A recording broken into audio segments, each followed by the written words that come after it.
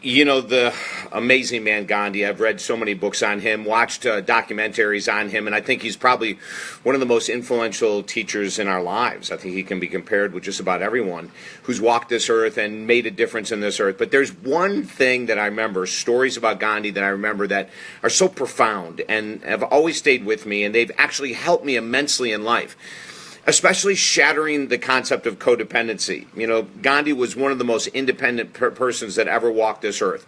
He really wasn't here to make sure that everyone liked him or everyone cared for him, because he did great things, but my God, in the end, he was murdered. Not only was he murdered, but he had millions of people that were absolutely 100% against him along the way.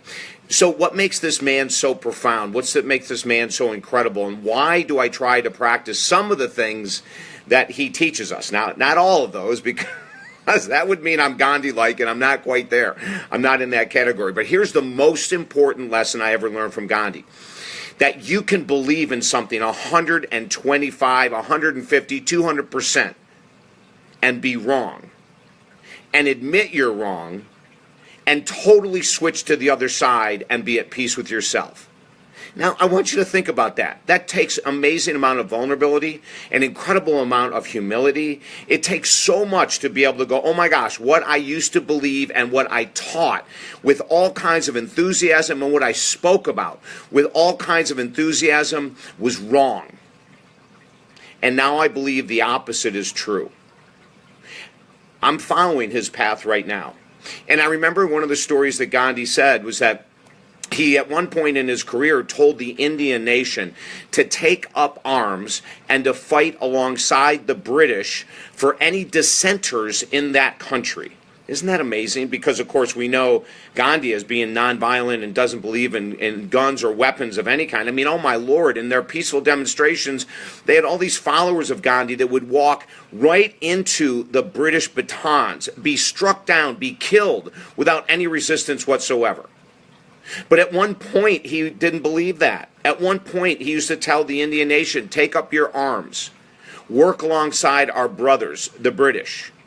And then, of course, a short period of time later, he said, oh my God, was I wrong? I am so sorry. Please forgive me, because what I thought back then is incorrect and what I believe now is true. Hey, listen, that can happen in a day for you.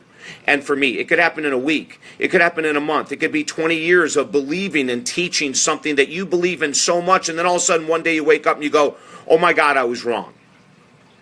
I've done that many times in my life. More often than maybe I'd like to admit, right? Where I used to tell people that addiction, especially to alcoholism, was a genetic disease, and if you had it, and there really wasn't much you could do. What a bunch of crap that was. But I was just following the medical establishment. I was jumping on board. You know, I've said this before, and many times in my life, I have been a parrot, an absolute freaking parrot. And I'm going to be honest with you here. I'm embarrassed about it, but I'm going to be honest. Because some famous person in the world of personal growth said that this is true, I would go and spout that same stuff, even if it wasn't true, even if it wasn't valid. And then all of a sudden, years later, I'm saying, I am really sorry. I apologize for leading you astray. I apologize for believing in something so strongly without it actually even working for me.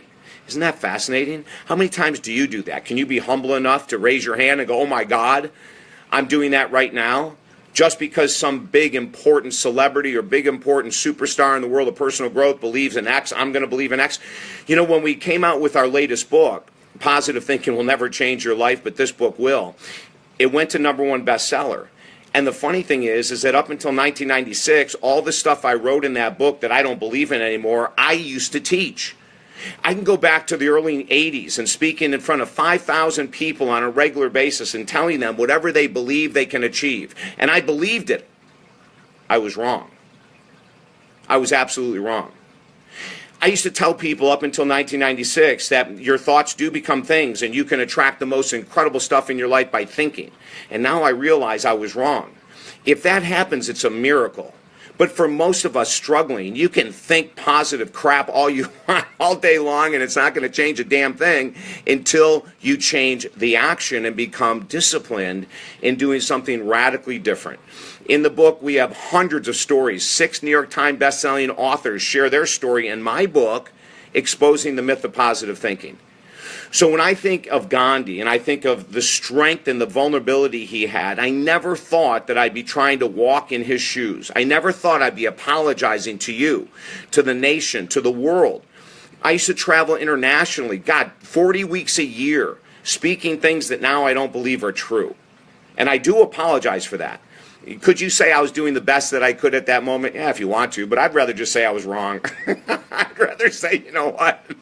I was freaking wrong. I was being a parrot, dude. I was taking these statements that other people that were very famous and very wealthy and very successful were saying, and I was just being a freaking parrot, dude. That's all I can say. I was wrong. I apologize, about so many things I used to teach. And maybe in 10 or 20 or 30 years, I'll be saying, oh my God, what David Essel said and taught in 2017 and before was wrong. I don't know. But I am open to admitting I'm wrong. And I am open to changing. And I am open to surrounding myself with people that aren't following the norm.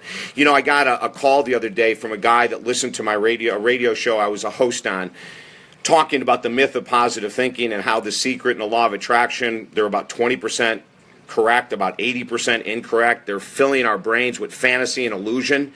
And this guy contacted me and just said, thank you. Finally, someone is standing up to the insanity. And I could go on and on and on. I'm not gonna. I was wrong. I've corrected myself. I'm teaching now what I believe to be absolutely truth. I'm finding that as I teach the truth that I know of as of right now, that my clients are achieving greatness in areas that they could just be great before. Now they're finding absolute greatness. I want you to challenge yourself. I want you to look at your beliefs about God, religion, your beliefs about diet, exercise, your belief about supplementation, your belief about the mind, your belief about personal growth, your belief about relationships and love. I want you to challenge everything. Look in the mirror. Is it working? Is it absolutely working? Buddha had this most beautiful statement. And he said this. He said, do what I tell you to do exactly. Follow my teachings exactly. And if it doesn't work for you, find a new teacher. And I'm going to say that the same thing about your beliefs. Look at your beliefs. Look at your body. Strip naked. Look at your relationships. Strip them naked. Are they healthy? Because if there's something, look at your money beliefs. If there's something that isn't working in your life, you're going to have to say, holy crap, I'm wrong. And I've got to go in the opposite direction. I encourage you to do that. If I can help you at all, email me at davidessel.com. The link is above. I'll put the link below. And every day we send out, if you want to join our brand new exclusive community on video, it's a inspirational video community. It's called David Essel's Daily Video Boost. Join us at the website. Every day, Monday through Friday, you'll get a new inspirational video telling what I believe now is the truth. And a lot of what I say now, up until 1996, I used to teach the opposite. So join me, David Essel's Daily Video Boost, at the video below or the link below. Okay? And remember, challenge yourself to create the life that you want. I'm doing it daily. You have to get humble. Not always the easiest thing to do, but it's worth it. Have an awesome day.